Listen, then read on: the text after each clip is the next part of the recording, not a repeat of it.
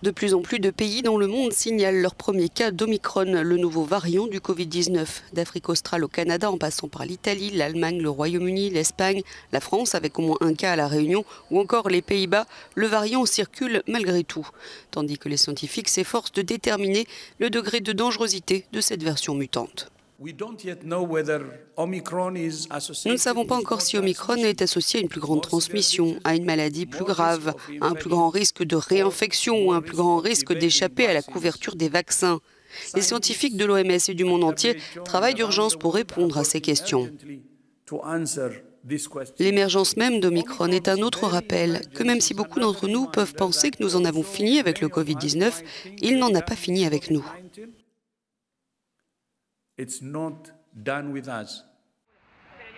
L'Espagne est l'un des derniers pays à avoir signalé son premier cas confirmé d'Omicron. Il a été découvert chez un voyageur qui est rentré dimanche d'Afrique du Sud, le pays où le nouveau variant a été détecté pour la première fois.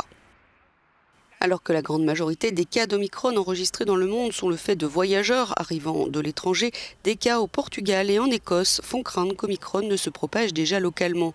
Au Portugal notamment, 13 joueurs d'un club de football ont été déclarés contaminés. Entre-temps, les restrictions de voyage se multiplient.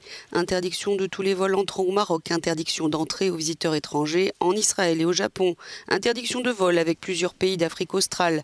Le Royaume-Uni et d'autres pays demandent que tous les visiteurs subissent un test PCR à leur arrivée et soient isolés jusqu'à ce que le résultat du test soit négatif. La plupart des membres de l'Union européenne étendent également leur programme de vaccination comme l'Allemagne. Il ne faut pas oublier que le virus Delta reste le variant dominant. Malgré l'inquiétude générale, les scientifiques se disent confiants et pensent que si on leur laisse le temps, ils pourront adapter ou développer des vaccins pour contrer le nouveau variant si nécessaire.